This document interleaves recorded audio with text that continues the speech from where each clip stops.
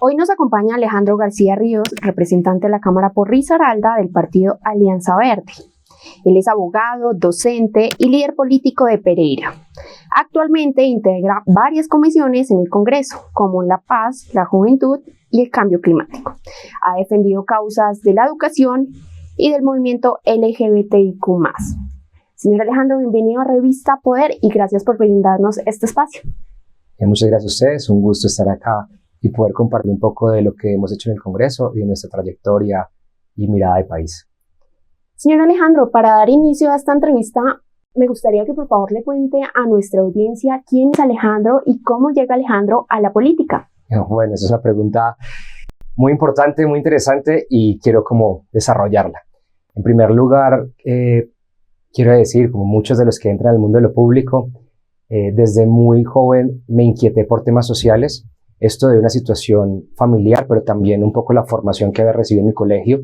Yo estudié en un colegio en Pereira que trabaja en su eslogan es piedad y letras. Letras muy enfocado en lo académico y piedad con un tema de sentido de solidaridad.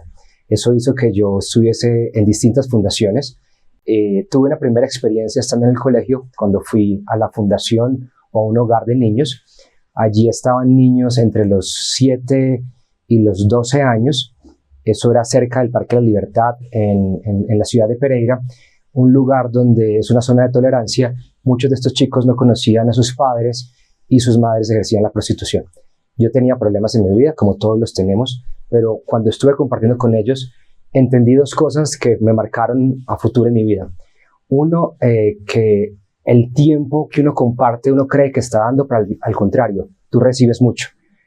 Allí encontré un propósito y un sentido de vida. Y eso llevó a que Alejandro estuviese después en muchas fundaciones. Yo pasé por más de 14 fundaciones, la de Pintando Casas, Niños con Cáncer, que sanar niños con cáncer, muchas enfocadas en la juventud, niños, niñas, adolescentes y jóvenes, para mover. Eso me daba mi sentido y un poco de propósito en la vida. A la par, siempre estuve en el tema del liderazgo estudiantil o académico, en la personería del colegio, seguro pues muchos han estado allí. Fui líder estudiantil en la universidad, conciliario se llama allí, pero nunca y siempre al margen de la política. Entendía que en mi vida era importante contribuir, eso le daba sentido. Nunca quería como mi objetivo de vida era, como muchos a veces sueñan, en cuanto tengo, cuánto logro, sino al contrario, prefería estar en cosas que tuviesen un propósito y que me hicieran sentir pleno y satisfecho cada día en lo que me despertara para trabajar. Yo estuve en muchas fundaciones y organizaciones. Comencé mi vida como abogado, hice la judicatura acá en Bogotá, comencé mi vida profesional acá en la ciudad de Bogotá. Volví muy pronto a Pereira después de 4 o 5 años y allí estuve al frente de un programa que se llama Pereira ¿Cómo Vamos? Es un programa de la Fundación Corona que le hace seguimiento a la calidad de vida en el territorio. Y después dirigí la Sociedad de Mejoras de Pereira, una entidad que es ícono del civismo pereirano. Para quienes no son de Pereira, quiero contar un poco de la historia de mi ciudad. Pereira se destaca en su historia cómo construimos esos equipamientos colectivos a punta de convites, a punta de que cada uno ponía un ladrillo, ayudaba a cortar caña, vendían empanadas. Entonces así hicimos el Hospital San Jorge, con un reinado donde no ganaba la más bonita, sino la que más dinero recaudara, el reinado de la caridad. Así hicimos el aeropuerto Matecaña, así hicimos la Villa Olímpica. La gente cantaba para construir la Villa Olímpica. Eso es algo que siempre cuento cuando voy a los colegios, y cantaba esto: Villa Olímpica haremos en Pereira, moviendo tierra, tal como ayer, cuando a Colombia le entregamos Matecaña, sin fuerza extraña que agradecer. Y eso era años 70, haciendo la Villa Olímpica, cómo lo hacíamos por nuestros propios medios, y lo hacíamos como antes se había logrado un aeropuerto en los años 40. Entonces, pues bueno, eso como un amor de la ciudad, con un sentido de propósito. un poco loco en la vida, pero cuando terminé la universidad me fue a mochilear 7 meses por Sudamérica. Fueron mis 7 meses más felices, con una maleta de 11 kilos. Y como esa mezcla de cosas, siempre lejano de la política, al final entendí que así nos queremos meter en lo público se mete todo el tiempo con nosotros, que allí se toman decisiones que transforman la sociedad y que nos afectan a todos. Que si yo quería transformar un entorno, quizás lo podía hacer desde cosas más pequeñas, desde fundaciones, desde voluntariado, desde los colectivos sociales, pero en lo público podría tener impacto, y eso nos trajo acá ya tardíamente, pero tenía 32 años, que han pasado 32 años de mi vida cuando decidí dar el paso a lo público. Señor Alejandro, usted nos habla de cómo ha sido su trayectoria. Yo quisiera que usted nos cuente cómo ha sido representar a Risaralda de una manera independiente, podríamos decirlo así, ante el Congreso.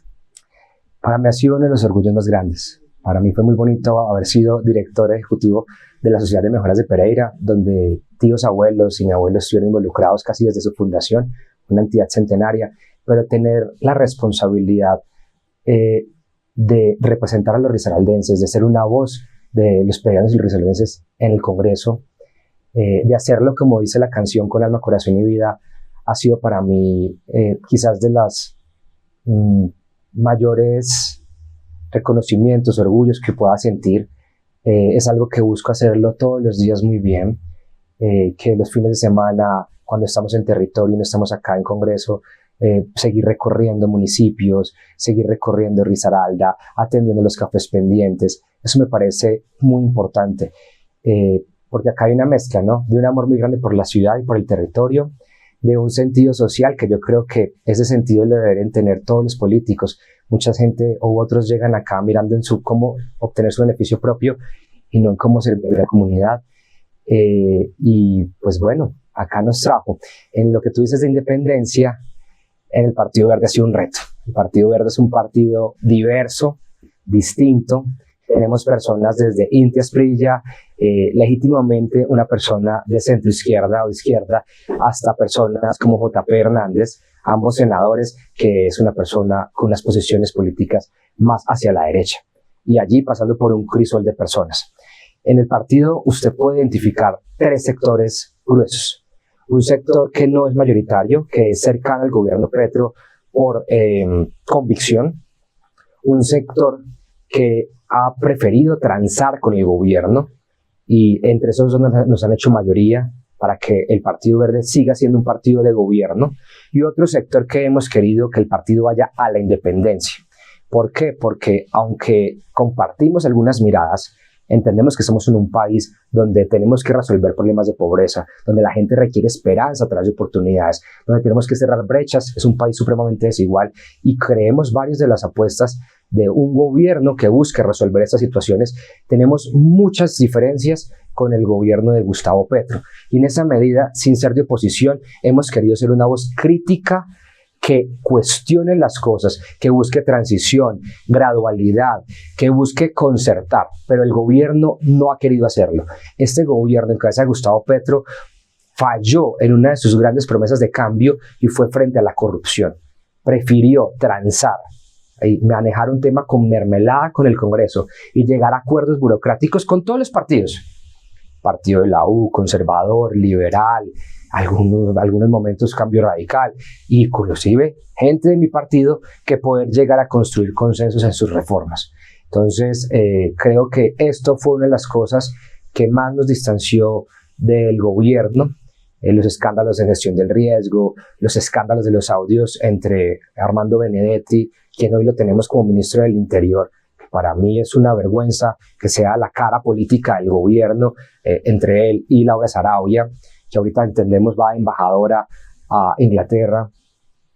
Pues hubo muchas cosas que varios de nosotros dijimos: parémonos en la independencia, que podemos tener una posición crítica. Sin embargo, nosotros no logramos hacer mayoría, y hemos montado lo que se llama la bancada independiente, donde estamos varios del Verde, como Katy Jubinao, Cristian Avendaño, mi colega de Risaralda, Carolina Giraldo, estoy yo, pero estamos también con Daniel Carvalho de Antioquia, con Jennifer Pedraza, que es de Dignidad y Compromiso, con los dos del nuevo liberalismo, como Juan Sebastián Gómez y Julia Miranda, y hemos logrado allí, en medio de ese desierto, tener un oasis de amigos, de colegas, de personas que estudiamos, que debatimos y que cuestionamos aquello que creemos debemos cuestionar. Muy bien, señor Alejandro. Usted ha insistido que la política debe ser cercana y transparente. ¿Cómo ha hecho usted para que, siendo representante para muchos jóvenes hoy en día que lo siguen, cómo lograría usted eso actualmente? Les voy a contar un poquito de historia de por qué llegamos a esto y la voy a unir con la primera respuesta del por qué la política y mi llegada tardía a los 32 años, porque yo le saqué el cuerpo mucho tiempo a la política porque no quería tener más mi vida privada más tranquila, por muchas cosas o costos que trae consigo el ser figura pública, y también un poco lo frustrante que puede ser el ejercicio político. A los 32 años decidimos meternos al mundo de la política. Con ese amor por la ciudad, presentamos nuestro nombre como en la candidatura a la alcaldía de Pereira. Estamos hablando del año 2019. Y nos propusimos 3 cosas. Obviamente trabajamos para ganar, pero queríamos disfrutarnos el camino y sentir que ganábamos solo por participar. Y en ello dijimos, tenemos que dignificar la política. La gente no puede seguir viendo la política solo con lo malo, porque la abstención favorece la corrupción. Necesitamos que más personas participen de la política, que otros nos metamos. Por ende, lo segundo que nos propusimos fue inspirar a nuevas generaciones. Y eso fue muy bonito en la campaña de la alcaldía. Los mensajes que nos llegaban. Si votaran los niños, a mí me escribían personas de 12, 13 años que querían apoyarnos. Quizás hubiésemos ganado. De hecho, el alcalde que nos ganó estuvo un tiempo en la cárcel, primer exalcalde que paga cárcel en Pereira por un tema de corrupción, unas denuncias que inclusive pusimos nosotros. Y hay que mostrar que hay que hacer las cosas distinto. Entonces nos propusimos dignificar la política, inspirar y por supuesto que más personas decidieran entrar al mundo de lo público. Nosotros no teníamos un peso. Con el 1% de lo que se gastó el que quedó elegido como alcalde, logramos la mitad de los votos. Pero pues aún así nos faltó para ganar. No teníamos que poner una valla en la ciudad. Entonces imprimimos volantes y dijimos, lo único que tenemos en igualdad de condiciones es el tiempo. Vamos a aprovechar el tiempo y a dedicarnos a entregar volantes en los semáforos. El primer volante decía, nosotros no estamos mirándolos desde lo alto de una valla, sino en las calles mirándolos a los ojos. Y así yo bajaba los vidrios de los carros o en las motos y decía, mucho gusto, mi nombre es Alejandro García, invito a que me conozcas y si me quieres apoyar, ahí están las redes sociales o podrás conocer un poco más si nos escribes o algo. Así fue nuestra campaña. En la calle, con la gente, uno a uno, con puerta a puerta, con recorridos comerciales. Y yo creo que esa importancia y necesidad de acercar a las personas la política es fundamental. No desde el discurso, sino desde ahí, en la plaza de mercado donde nos gusta estar, desde ahí, desde Mercasa, donde muchas veces hemos ido, donde inclusive fuimos cuando perdimos a dar las gracias por la gente que nos apoyó. Y me decían, usted es el único que viene a dar las gracias aún perdiendo. Y bueno, eso de la alcaldía nos dio la pauta y la posibilidad para llegar luego a la Cámara de Representantes, donde hemos podido hacer varias cosas. Aún tenemos temas por lograr, por entender, pero a futuro quisiéramos volver. Hablando de esos temas, nosotros sabemos que usted ha sido autor de leyes que han protegido o van en contra de las corridas de toros, también la salud mental y el bienestar animal. ¿Cómo ha sido este proceso y cómo ha hecho usted para que se siga llevando a cabo? Así es, hemos sido autores, coautores o ponentes de proyectos de ley importantes y yo creo que por eso desde la política se puede transformar la sociedad y el país. El primero y el más reconocido, porque fuimos noticia en casi todo el mundo, fue el que prohibió las corridas de toros. Sacamos a Colombia de ese listado de solo 8 países en el mundo que aún lo permitían. En esa línea hemos apoyado leyes y acompañado como la ley de bienestar animal, la ley Ángel, varias de ellas, inclusive también promovidas o lideradas por mi compañera de bancada Andrea Padilla del Partido Verde. También hemos sacado adelante desde la Comisión de Juventud proyectos o ya leyes enfocadas a los jóvenes, temas que ellos nos dijeron necesitamos que nos ayuden y sacamos adelante la ley de salud mental, actualizamos una ley que llevaba más de 10 años desactualizada y que después de la pandemia tenía presentados nuevos retos e incluimos unas apartes importantes para la población joven, niños, adolescentes y jóvenes. Esa ley de salud mental fue uno de nuestros primeros logros. Posteriormente sacamos adelante una de juventudes rurales, donde queremos que los jóvenes del campo puedan acceder a tierra y a tener procesos de acompañamiento a su proyecto productivo y donde sean priorizados. Colombia es un país que su campo se está envejeciendo, pero aún tenemos cerca de 3 millones de jóvenes en el campo y queremos buscar que puedan encontrar, aquellos que se quieran quedar o volver al campo, desarrollar su proyecto de vida allí. Entonces también trabajamos en esto. Tenemos 2 leyes que hemos trabajado, que aún falta sacarlas adelante en cuanto a los jóvenes. El Estatuto de Ciudadanía Juvenil, también actualizarlo, lo trabajamos con muchos jóvenes para ello. Y una que tiene que ver con empleo joven, que radicamos hace 15 días, una semana. También hemos sacado adelante leyes muy importantes para las ciudades, en compañía de mi compañero Daniel Carvalho, como la Ley de Ciudades Verdes, que mira cómo las ciudades pueden empezar a transitar de ser solo grises y de cemento, donde hay más calor, donde no hay bienestar, donde no hay calidad de vida, donde no hay parques cercas, donde no hay árboles, a ser ciudades verdes con corredores biológicos, entendiendo que hay otros seres vivos que también allí transitan, entendiendo la importancia y necesidad de tener parques, árboles y sombra. Entonces, pues esa ley fue muy importante, así como la ley contra el ruido. Esa nos hizo también liderar temas en Risaralda. Nos dimos cuenta que el problema del ruido era una grave situación. El ruido no solamente afecta al sueño. Cuando tú no duermes, tú no tienes problemas de salud mental, tú no eres capaz de responder igual en el trabajo. Si uno duerme mal 1 o 2 noches, vaya y venga, pero cuando eso es una semana completa, es tremendo problema. Entonces, identificamos que hay 3 problemas principales en las ciudades hoy en día: basuras, ruido y una tenencia irresponsable de mascotas, sobre todo, por ejemplo, qué pasa con el popó de las mascotas y cosas de estas. Entonces, quisimos con esta ley atender una situación muy importante, que era la del ruido. 7 de cada 10 llamadas que recibe la Policía Nacional por denuncias tienen que ver con ruido. Entonces, esperamos con esta ley darle herramientas a los inspectores de policía, a las alcaldías municipales, a la Policía Nacional, para que ponga por encima el bienestar, la calidad de vida, el derecho al descanso que tienen las personas. Y frente a todas estas leyes y estos proyectos que ustedes tienen, ¿qué retos han tenido que enfrentar y qué espera a mediano plazo con todo esto? Por ejemplo, un proyecto de ley que trabajamos mucho y se nos cayó en el último debate, que era la protección del paisaje cultural cafetero, restringiendo la megaminería, minería a cielo abierto y a gran escala en esa zona que fue declarada Patrimonio Inmaterial de la Humanidad por su paisaje, por sus cafés, por su arquitectura, por su historia, porque si comenzamos a transformar ese paisaje, podríamos perder esa declaratoria como Patrimonio de la Humanidad que hizo la UNESCO. Entonces queríamos restringir la megaminería en el eje cafetero y en unos municipios que también son cafeteros del valle, del norte del valle, y fue muy duro. ¿Qué reto nos hemos encontrado?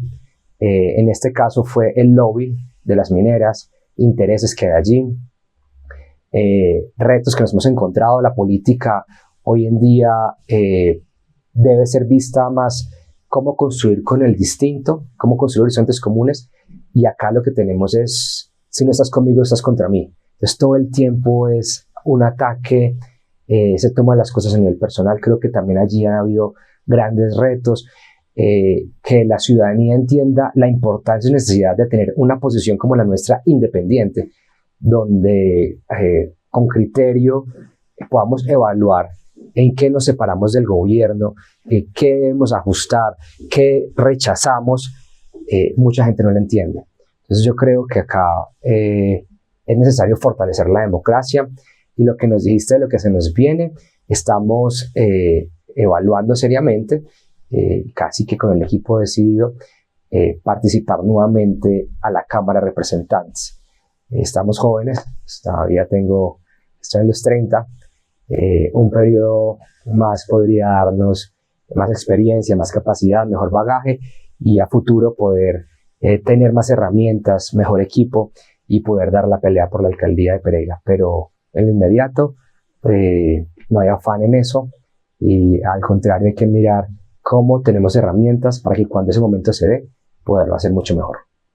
Actualmente vivimos diferentes etapas en el país, se han visto conflictos en el tema social, político. Quisiera que usted nos dijera cómo es su visión frente al tema y qué cree que está fallando actualmente en el gobierno. Yo considero que el gobierno se está equivocando en 5 cosas de manera gruesa. En primer lugar, en el tema de seguridad y control territorial, el gobierno está retrocediendo en el país unos 20 años. En Risaralda tenemos problemas nuevamente con el ELN, los límites con el Chocó y la llegada del Girón del Golfo, cosas que no sucedían hace, como lo decía ahorita, hace 20 años.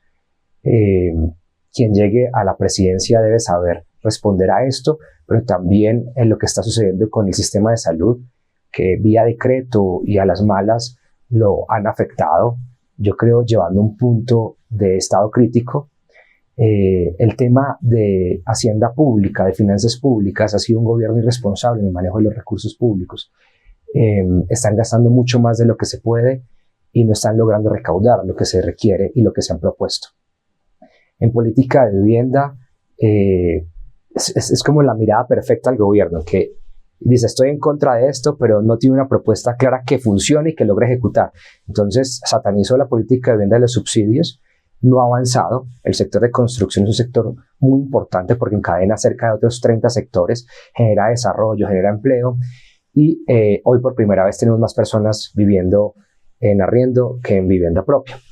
Y también la política de transición energética, hemos perdido soberanía energética, puntualmente hay que ponerle cuidado al tema del gas en el país. Creo que allí tiene grandes retos el siguiente gobierno, y el siguiente gobierno de tener la experiencia, la capacidad y poderse rodear para resolver esto muy rápido. No puede llegar a decir con quién lo hago o cómo lo hago, sino llegar desde el día 1 a resolver estas situaciones.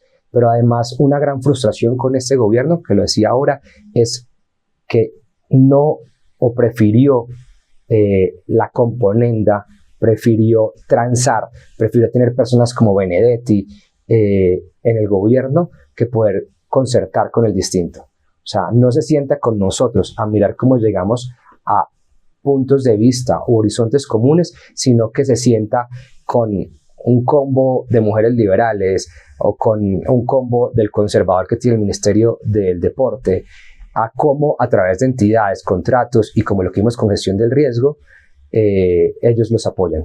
Y yo creo que eso no era el cambio. Creo que allí se equivocaron de verdad rotundamente. Ahora, no me quiero quedar en lo negativo. Creo que hay temas importantes para el próximo presidente que debería tener en cuenta de este gobierno. Este gobierno no llega porque sí, llega porque Colombia es un país que tiene aún muchas personas en condición de pobreza, que requieren oportunidades. Es un país desigual, del tercero más desigual del mundo. Es un país que debemos responder socialmente a ello, que aún tenemos retos por resolver. Entonces no es solo quien llega acá prometiendo seguridad, es también quien tiene acá un sentido social y un sentido económico responsable para que podamos seguir avanzando y que pueda unir. Señor Alejandro, para ir finalizando nuestra entrevista, me gustaría que por favor nos cuente cuáles son sus próximos proyectos. Bueno, el próximo proyecto es la candidatura nuevamente a la Cámara para representar a los risaraldenses en este espacio, si bien lo consideran, y acompañar la presidencia.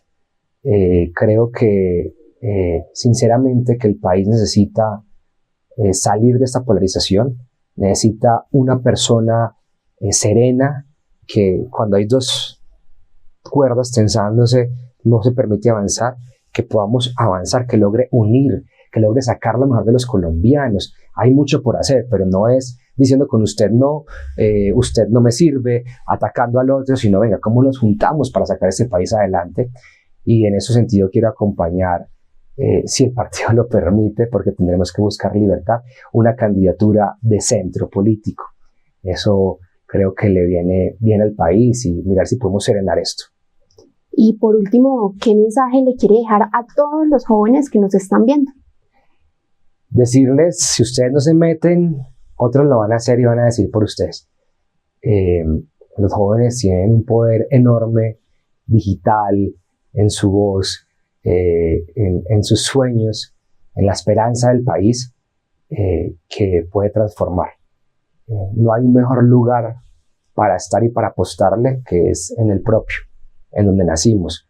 Y creo que tenemos todos una responsabilidad muy grande de dejar nuestro entorno mejor de lo que lo encontramos. Entonces, invitarlos a que se involucren, a que se interesen, a que voten, a que lo hagan de manera libre, consciente e informada. Muy bien, pues él es Alejandro García Ríos, representante de la Cámara por Risaralda del Partido Alianza Verde, quien nos estuvo acompañando el día de hoy aquí en Revista Poder con un pensamiento independiente. Muchas gracias, señor Alejandro.